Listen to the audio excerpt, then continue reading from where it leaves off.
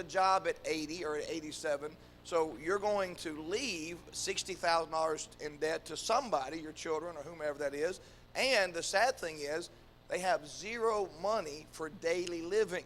And he told me what their eating habits were and different things. And he said it's kind of like Poland, where you get a little ham and you get a little bread and you get a little potato, and that's about all you got because they're so financially stressed. And I said that's the key, is planning ahead and thinking ahead. And many of us, we would love to get our debt structure right. We would love to get out of debt. We'd love to get retirement set up so that when we come to the end of our journey, we're not upside down. Now, Brother Paul is going to be working around his class. Brother Ryan is going to be working around his class, and I'll be working around my class, just making sure that we get you checked in or anything. Don't forget, if you're in my class, only my class, and those of you that are not in my class, stop coming to my class, because next week we're having brunch. We're going to have all the men fix a ladies' day brunch. So if you're not in my class, don't come eat our wonderful breakfast. Just stay in here where there's no breakfast, there's no food. Oh, amen, good. So, but next week is brunch for ladies, Mother's Day, and so our class will be doing that. Brother Paul has a big activity for his class coming up, so he's going to come around and make those announcements. But we want to give Brother Smith as much time as we can. He's a member over at Hillsdale Baptist Church, which is across the bridge over by the airport, and for 30 years he's been working with people in their finances. And when we were talking today about my personal stuff, the biggest issue most of the members of our church face is getting themselves out of debt so they can serve the Lord. And I'm going to tell you this, and have a word of prayer, and we're going to go. I know men and women that have been called to ministry but can't go because of the encumbrances they have gotten in themselves. And it's sad when you can't do what God's called you to do because of some mistakes you've made. And so I want you to listen well this morning. He does work for Primerica. Some of you know who that is. But the biggest thing I want to give him this morning is the biblical principle of how to get your debt under control and eliminate it so that you can have money to do other things and those kind of stuff. And then afterward, if you have questions, certainly you're free to ask him.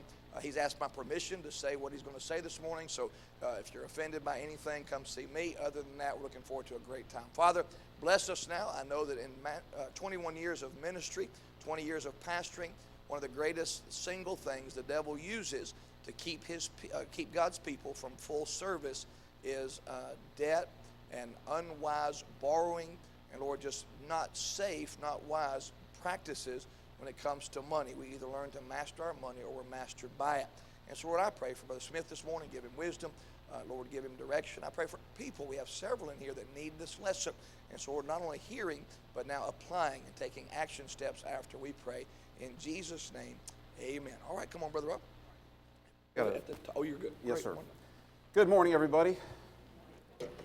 Just so you'll know, I normally talk to two people at a time, okay? So, in any event, listen, I was, just give you a little background on me. I was saved when I was 5. My parents were both saved at Westgate Baptist Church. I know y'all do some meetings with them occasionally. Years ago, my mom was the secretary at the Christian school. My dad became their music director for a number of years. I went to K-5 through 12th grade at Westgate Christian, went to Pensacola Christian College. By the way, I met my wife the first day of my first semester, and I knew it. I told my wife I found the girl I'm going to marry, and we hit 28 years coming up this August. I've got a son. We homeschooled the kids all the way through. My son is 22. He graduates from Pensacola Christian College Wednesday with youth ministries and church music. My daughter's a sophomore there in pastoral studies. No, I'm just kidding. Sports management. That was a joke. By the way, one way to help a speaker who's not used to speaking in front of large crowds to feel better is to laugh at the jokes, okay? Just thought I'd say. And then I have a 13-year-old that we're still homeschooling. I should say my wife is still homeschooling. But anyway, I started doing what I'm doing now 30 years ago, same company, back when I was in college. And what sucked me into it, I guess, is that the first time I saw the principles they taught, I knew that it was right and that it was good because I was a business major at Pensacola Christian, but they taught everywhere the biblical principle could go into a business course, they did it. And I knew that this was right and it was good. I've never been tempted to leave the company ever. And by the way, they've never made me ashamed, okay? And I'd like to think I never made them ashamed. We'll hope that today doesn't change that. Okay, but today we're going to talk about taking the myth out of becoming debt-free, okay? A lot of people think it's impossible, right? But of all the threats to your financial security, at least while you're on this earth, the biggest one is debt, right? Anyone know what 6 out of 10 divorces are blamed on? It's not debt necessarily, money, but most of it's debt, right? No, you never heard of anyone getting divorced because they had too much money and didn't know what to do with it all, okay? We fight all the time about how to spend our money. No, okay? Debt's a big problem. Of the whole, think about this each individually, of the whole universe of people that you personally know, what percentage of them believe with conviction that they can actually get debt-free, including their house, in their lifetime? Most people, and I ask that to people every day, most people tell me 5 to 10%, okay? Now, if you've been raised up on Dave Ramsey or been in a church that is willing to do things like this, then maybe more people that you know than normal believe they can get out of debt, but normally out there, 5 to 10%, okay? Challenge with that is that if you don't believe something's possible, how hard do you work at it? Do you? Okay, by the way, you know, at Hillsdale, I mean, except for this one old lady that sits right up here, and she amens everything. No one else says amen. It's kind of conserved, you know, reserved and conserved. I did this planning on being in a Sunday school class, not up here. But when I ask a question, I'm actually, just go ahead and respond, okay? Is that okay? Is that okay? Make sure Pastor's right with that? Okay.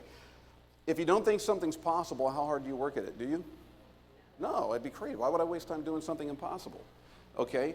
If the average income, here's a big problem. If the average income family does not ever get debt-free, Chad, then how are they ever going to have enough money to save to ever be able to retire? Right or wrong? Okay? All right, so how does money work, right? Can we agree most people are concerned about money matters? Okay? And very few truly understand how it works. We're not given money 101 in high school or college, okay?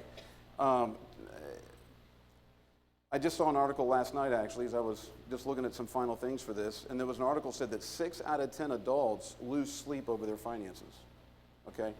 What does the Bible say, though? Moreover, it's required of stewards that a man be found faithful. Does that include finances? Of course it does, all right? But the problem is this. If we don't know how money works, how can we be a good steward, right? They don't teach us enough in school about personal, they teach you a bunch of junk you'll never use, right or wrong, okay? But the stuff we use every day, what are the different kinds of mortgages? Which ones can you regret later? Which ones should you never get? How does life insurance work? What are the ripoffs? What are not? What's pushed most of the time out there? And guess what? It's not the one that's best for you, okay? What is it? How many of you all have ever had a 401k? You know what's in those? Mutual funds. Did any of us ever have a class? It only takes a half hour to teach it in a thorough manner of what is a mutual fund, how does it work, how do you have to think to win with mutual funds, okay? But most of us think, I don't have any money anyway, so who cares? All right? A lot of things we need to learn, all right? Proverbs 24:3, through wisdom is a house builded. He told me I'd have that back there, but my progressives don't work back there. And by understanding is it established, and by knowledge shall the chambers be filled with all precious and pleasant riches. Now, there's obvious spiritual connotations to that, right? But can you avoid the in-your-face meaning of that? We can't, can we? Okay? Don't raise your hand on this or respond, but how many times have we had a missionary come or some other need expressed to the church, and the thought goes, boy, I wish I could help with that, okay? The reason most of us can't help with it, and it may be true that we've done the best we can with what we know with our finances, okay? But most of the time, the reason we can't do what even the Lord may be pricking your heart to do is because of the decisions we've made, okay? There is treasure to be desired and oil in the dwelling of the wise. By the way, that guy can share his oil, right? Okay? But the foolish man spendeth it up. And listen, this is the masses, right? This is true everywhere, but it's the bigger fool spendeth what he don't have, right? Okay. Like he said, if you get offended, I'm just kidding. Okay, Romans 3:8. How about the most obvious? Owe no man anything but to love one another, for he that loveth one another hath fulfilled the law. You don't have to raise your hand on this either, but if you have ever loaned money to anybody, including children or whoever, or if you've ever borrowed money from anybody, now if it's your own parent, your own parents loan you money in a tight spot, or you loan your kids money, right? You love them all the same, right? Is there or not just a little twinge of discomfort, awkwardness, when that person hasn't paid you back when they said they would?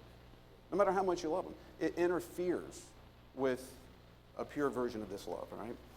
All right, so debt's a serious problem. U.S. households that carry debt have an average of almost 16 grand just in charge card debt, okay? 16 grand. And some people look at that and say, my goodness, how do they sleep at night? And others like, how do they have so little? You know what mine is? Seriously. Okay? There was a friend of mine at church years ago. He was 26 years old, married 1 year, no kids, rented an apartment, had a 12-year-old car, and they had $72,000 in debt. $68,000 was charge cards. Okay? He took cash advances each month to pay minimum payments on his other credit card debts. Okay? By the way, student loans are worse. Okay? Student loans, if you add them all up in the country, it's $150 billion more than credit cards. And you can't file bankruptcy on those, and half the people with the student loans don't even have a job in what they went to school for. Okay? Bankruptcies, almost 1 million in 2015. That doesn't count businesses, that's just people. All right, half of Americans, the result of that is half of the Americans have less than $500 in savings. So that's a vicious circle because, Rob, you don't understand. The car broke down, I had to use my charge card. Why? Because we didn't have any savings. Why didn't you have any savings? Because I've got so much debt. Well, why do you get in more debt? Because I don't have any savings. See the vicious cycle? All right, is your debt so high that you can't save? Do you use, and forgive the water drinking once in a while, do you use credit cards to pay your bills? Do you carry revolving balances each month, all right? Do you occasionally or frequently miss a payment on the mortgage, credit card, or other monthly bills? Do you feel like you'll never get out of debt? And just for some more toe-tapping, do you use debt as an excuse why we can't tithe, right? I got a couple personal stories I want to share with you if I have time. What is the cutoff time anyway? Beautiful, okay. All right, so let's talk about tithing a little bit, all right? And I tell you, I was very fortunate. My dad taught me as a little 6-year-old getting my little, I don't remember what, 50-cent allowance, right, to tithe. And he instilled in me pretty good that that nickel wasn't mine at all, okay? But let me share some things with you. And again, I believe it's biblical, but for the sake of whatever, I'll just say it's my opinion. The word tithe means a tenth. That's not really an opinion. It means a tenth, right? Leviticus, and all the tithe of the land, of all the tithe of the land, whether the seed of the land or the fruit of the tree, it's the Lord's, and it's holy unto the Lord. Does that mean we can use it to pay off a bill? Shouldn't. It's not ours, okay? I can hear it already, man. I don't like this guy. Okay. The timing of the tithe. Well, I don't know, man. Well, you know, when I've got it, I'll put 20 bucks in the plate, okay? How about this one? Upon the first day of the week, let every one of you lay by him in store. That means keep it aside, don't blow it. It's not yours. As God hath prospered him. Okay, now how many of us treat our credit card bills, our mortgage payment, car payment, student loan payment at a higher level and esteem it more than we do our tithe? Okay, last I checked, the credit card company and the bank doesn't have the ability to bless you or withhold blessing, right? Who does? Only God, okay? Now some of us don't get paid every week, so it's every 2, okay, all right? How about this one? This is pretty harsh maybe. But will a man rob God? Yet you have robbed me. But you say, oh, God, where have we robbed you? Are you kidding? I would never rob from you. I've never taken money out of the plate when it goes by, whatever. You're cursed in tithes and offerings. You're cursed with a curse, for you have robbed me. Even this whole nation, bring ye all the tithes in the storehouse, that there may be meat in mine house. And prove me now herewith, saith the Lord of hosts, if I will not open you the windows of heaven and pour you out a blessing, that there shall not be room enough to receive it. Okay? So I want to share just 2 quick stories with you. All right, hang on. Sorry. You need to yell your mouth ever get dry when you're talking in front of people? Okay? Okay, so again, I was blessed. My dad instilled tithe into me. I never had an issue. I never struggled with tithing. Okay? But I did struggle with offerings, which is above the tithe, right? So I'm doing what I'm doing here full time. My wife, a month before she has our first baby 22 years ago, she quits working because the one promise I made that I was able to keep later, you know, all the promises you make, guys, when you're courting, right? Oh, you're not going to have to work when we have kids. How many times have we been able to keep that one? That was one I was able to keep. We didn't do all the travel I promised and some other things, but I was able to keep that one, all right? So and I wasn't making very much. 1995, I was making about $25,000 a year, paid my own health insurance, self-employed, paying all my own expenses, and we made it that's the first time we accumulated any credit card debt at all. It took a year and a half to get it to $3,300. And I owe it back then, some of y'all old enough to remember, used to get these 0% to transfer offers, and it would be 0% for a year, and there was no transfer fee. Those almost don't exist anymore. So I did that transfer game for about another year and a half until I had that paid off. $3,300 was the worst I'd ever got in my entire life, okay? You think it was easy? We didn't eat out all the time, right? There was a whole bunch of stuff we didn't do. My wife today, even with the way the Lord's blessed us now, she still takes my son to Goodwill before college starts, okay? I think one big issue for most of us is pride. We're trying to look like something, right? But anyway, so things were tight. So come up to about the year 2000, 99, 2000, and our church at Hillsdale went from hey, we give 10% of the general offering to missions, to we're going to do faith promise missions. And they had to teach us what that was about. And maybe y'all do that here and you know exactly what it is. Well, they had to kind of teach us this because it was different than the way they'd always done it. So we were at a missions banquet, and this guy who was now a missionary to the Mormons out west, he was younger than me. He was kind of a young punk at the time, right? And he says, hey, Rob, you ought to put, and he mentioned a big number that scared me to death. It was like, you idiot, shut up. You don't know what you're talking about. But there was a little thought that went through my head of, well, who am I to say God could? I'm in my own business. Who's to say God couldn't provide enough for me to do that? But it scared me, right? Does faith and fear go together usually? Faith and fear usually don't. One cast out the other, right? So, well, love and fear. So anyway, I kind of threw that on my mind, but it kind of haunted me. So it finally comes up to the Sunday we're supposed to make the commitments for the next year, right? And until the plate got next to me, I hadn't put a number down. My hands were sweating.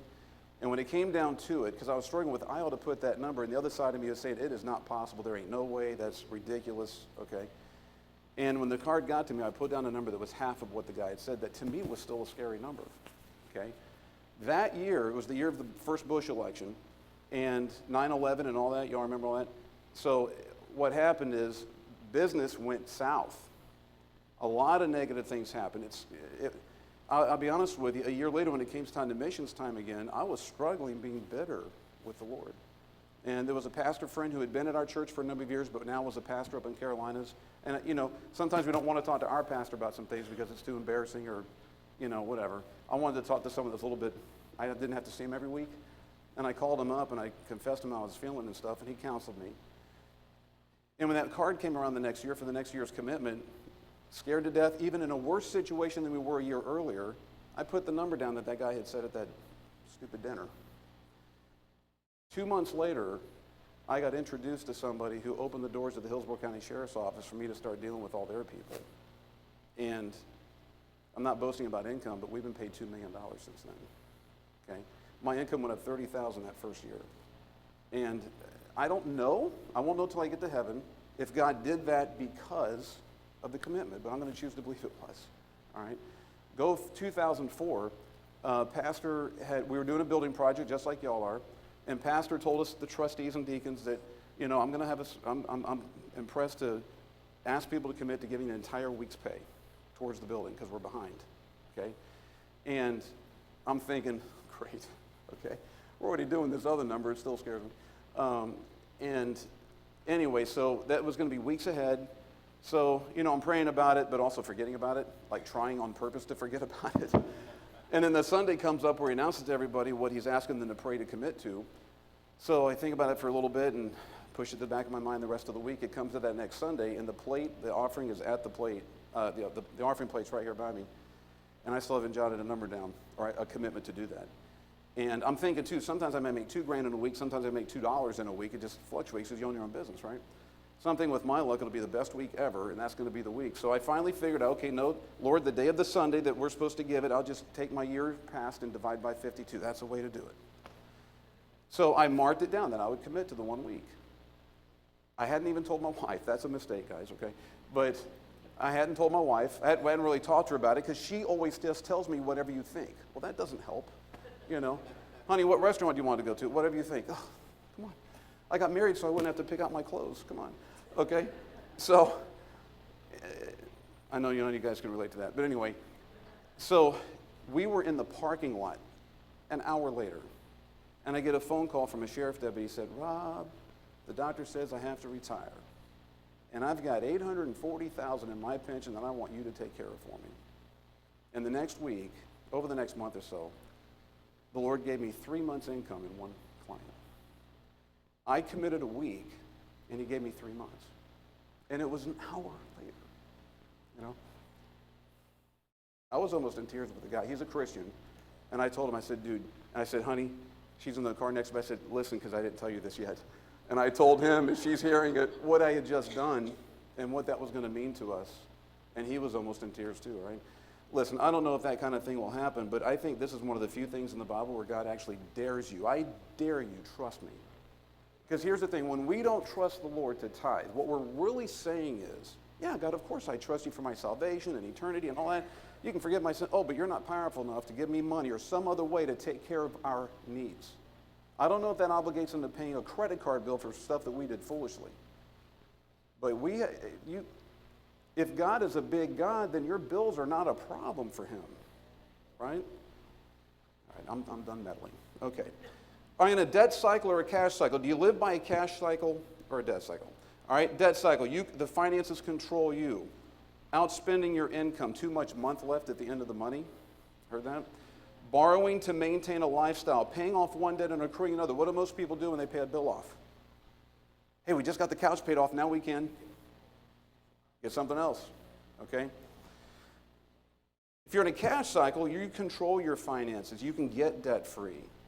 Pay with cash instead of borrowing. You're able to fund investments, savings, and grow assets. And then when the Lord puts it on your heart to give something, you're not having to, oh, hey, does the church take a charge card? Because I'd love to give to that. Okay? It's a good thing the church doesn't, right? Okay, debt freedom is possible, y'all. All right, there are many benefits to living debt-free. So, you save money on interest costs. These are obvious, maybe. Regain control of the family budget. Rein in spending on wants versus needs. Have more money to save. Get compound interest working for you instead of against you. Okay? We're going to give some examples of this in a minute. Easy ways to avoid debt. Identify wants versus needs. Is it really something you need or just something you want? How many of you, don't point to them if they're in the room, okay? But how many of you know somebody that camps out at Best Buy when the new iPhone's coming out? Or something like that, all right? The person who you know is broke, and they're always showing you the newest technology they just went and bought, okay? Never purchase expensive items on impulse. Here's something you could try, a 24-hour rule. Think over any purchase over $50 or whatever you and your spouse agree the threshold should be before doing it. A common day, a modern day thing would be go check it out on Amazon before you pay it at the store, okay?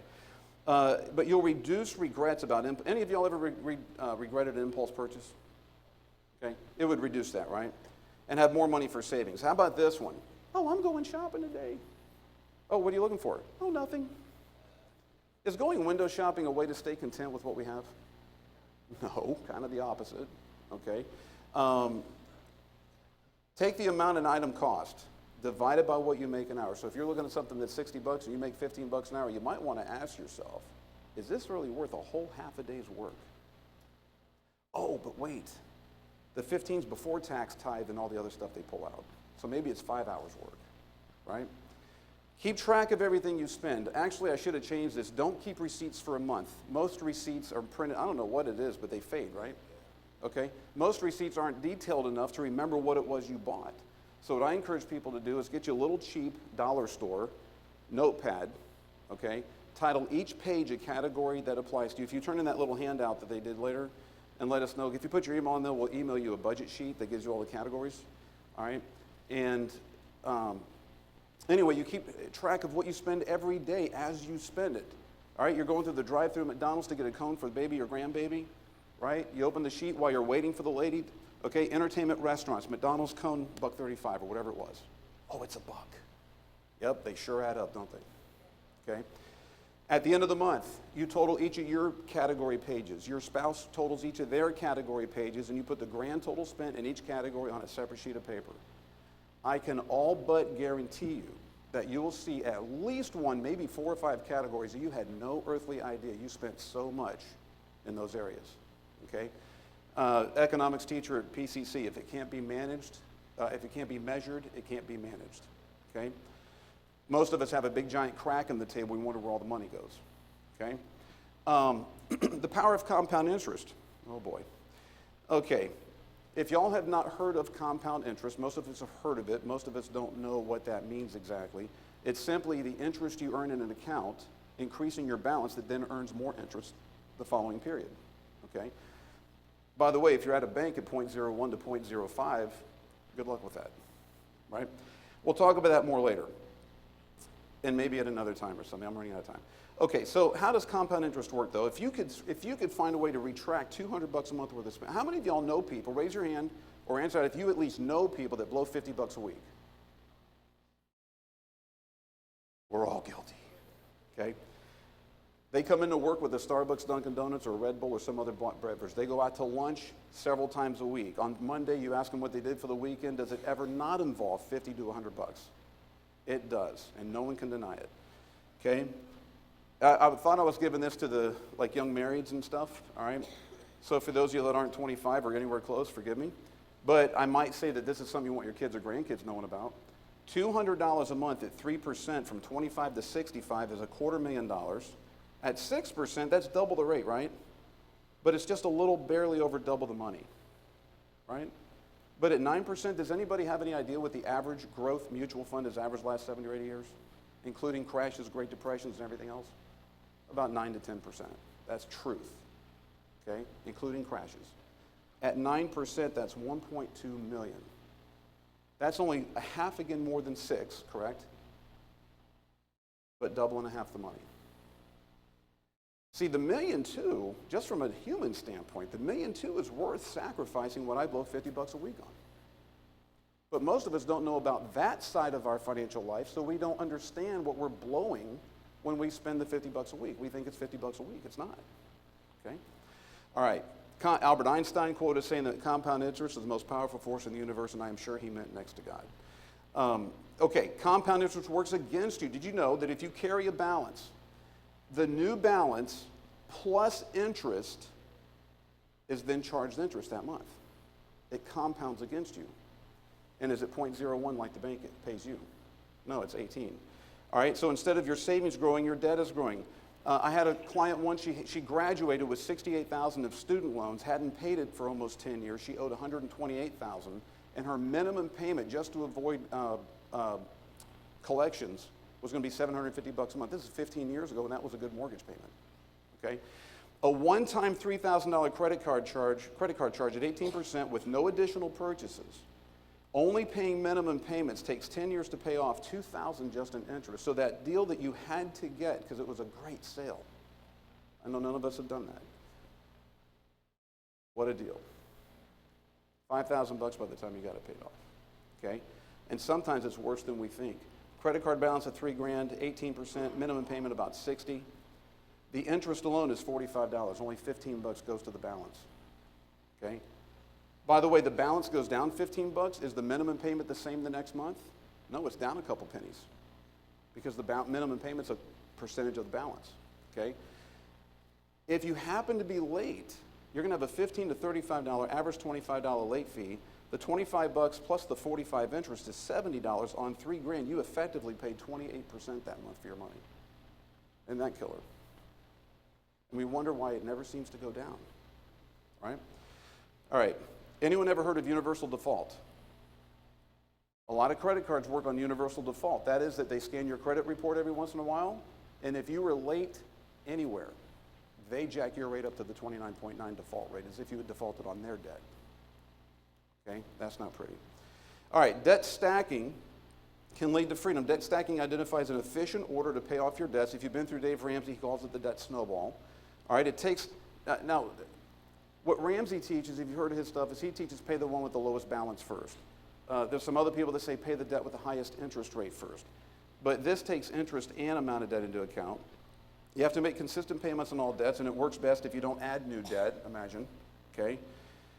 But I don't know if y'all can see that. Let's see. Catching up?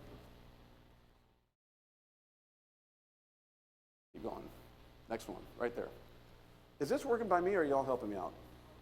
Okay, so the Apple TV thing is not working great. Okay. All right, can y'all see that? Okay, typical family, they've got a mortgage of $194,000, 2 car loans, 11, 12 grand, $6,600 on a MasterCard, good rate at 8.9%, it must be their credit union, and then Visa, Sears, Best Buy, and a Discover. That's a very typical family scenario that I run into, okay? The interest rates, you can have perfect credit, store cards are still gonna be in the 20s on the interest rate, but they have decent credit otherwise. You'll see the minimum required payments. For those that don't have a credit card or young, you haven't had one yet, you're allowed to pay a minimum required payment, or you can pay anything above that, okay? So that column is their minimums. The next column is what this family is actually doing. Half the population only pays minimums, the other half pays extra, but most of them do it like these people. If you look at the totals, the $2,360 under minimum required versus $2,720, there's a $360 difference that family is paying above their minimums, and good pat on the shoulder for them, right? But they're shotgunning, if you will, scattering those dollars, okay? How many of y'all have a tile floor? At home, bathroom, somewhere, okay? If you drop 5 pounds worth of 1 ounce weights, like this, on the tile, you may get lucky, it may not crack, right? But what if you drop a 5-pound weight all at one spot? Okay, and the impact on getting out of debt is the exact same thing, okay? So watch this. This software package that we do for people, it's free. It shows them that, look, if you don't, no, not yet. Back that up. Okay, can you back that up? Okay, there you go, thank you. All right, if they cut up their Best Buy card, never use it again, keep paying the $100 a month, it's gonna take 17 months to pay that off, and they'll pay $229 in interest just from today till then. The Sears card, 23 months. The MasterCard at the great 8.9%, paying $200 a month, cut it up, never use it again, 40 months, $1,000 just in interest, and their 30-year mortgage has 24 years left on it. They got $154,000 in interest yet to go on that, okay? We teach what we call debt stacking. We've been doing this for 25 years. And it says simply, what you've heard from Ramsey if you've been through his stuff, is pay minimums on all of your debts except for one. And on that one, you dump all that money on one spot, okay? By doing that, if this family would add, if you can, okay, you can go ahead one. Again, there you go. See the column that says additional principal? They're paying minimums and everything else, but they're paying $360, all that they used to spread, on just Best Buy. It'd be gone in 4 months. How many of you have ever paid off a debt? I hope it, okay, come on guys. Okay, how does it feel? Great. So what happens is this young couple or older couple, doesn't matter, that felt like it was impossible to get out of debt, 4 months into it is getting a big injection of hope. Oh my goodness, it worked. We can do that, wasn't that hard? It was only 4 months, we could keep doing this, okay? If they'll take on month 5, the whole $388 that's freed up under Best Buy, stack it on top of the 50 minimum to Sears, it's gone in 4 more months, another big injection of hope. Month 9, they do the same to the next one until it's gone, 7 more months. Okay, if they'll keep doing that, this couple could be completely debt-free, including their house, in 9 years and 5 months. It would have saved them $90,000 of interest that they would have had to pay the banks. And this 35-year-old is 45, completely debt-free. Did it take 1 penny out of their pocket more than they were spending? So can anybody do it? Yes, okay? Is that a big deal or a small deal? Okay? That's the 55-year-old staring retirement in the face and wondering, I got 23 years left of my mortgage. I'm going to need so much to retire just to pay my debt load. How am I ever going to save enough to pay that big of a retirement? My pension's only here if I have a pension. Well, if you can get out of debt in 10 years, you need a lot less to retire on, true or false? Okay? Is there anyone in the house that's paid their house off, your debt-free house and all? Isn't that a fantastic feeling? It is, right? Okay? Would you love other people to feel that way? Absolutely. Okay? All right, almost nobody has the discipline to do this for 9 or 10 years without getting into new debt, okay? There's an accountability program, we can tell you about it sometime if you want to hear about it, but it actually links up to a credit bureau, and every time something reports to the credit bureau, I added to my charge card, I traded my vehicle, I didn't pay the $360 I told the system I would, I only paid $200 extra this month because we ate out too much. You know how it goes. The friend at church says, oh, let's go to dinner afterwards, we can have some good fellowship. And you're thinking with it, oh, we don't have the money, but I don't want them to think I'm broke. I guess we'll go and we put it on the charge card. That's pride. That's pride, right? Okay, what about credit scores? I want to address that real briefly in the 3 minutes I have. I'm going to go quick, all right? Are you in the know? Do you know your credit score? Do you know how much debt you have and what your debt freedom date is? Every one of you can know that. and we'll help you do that for free. When will the debt be paid off? How much will it take out of your pocket to get there? When in your adult life have you ever felt like you had control of your credit score? Okay? Credit score determines a lot of things, whether you can get approved for credit. All right? What interest rate you'll pay. How many of y'all know that your credit score affects your auto and home insurance?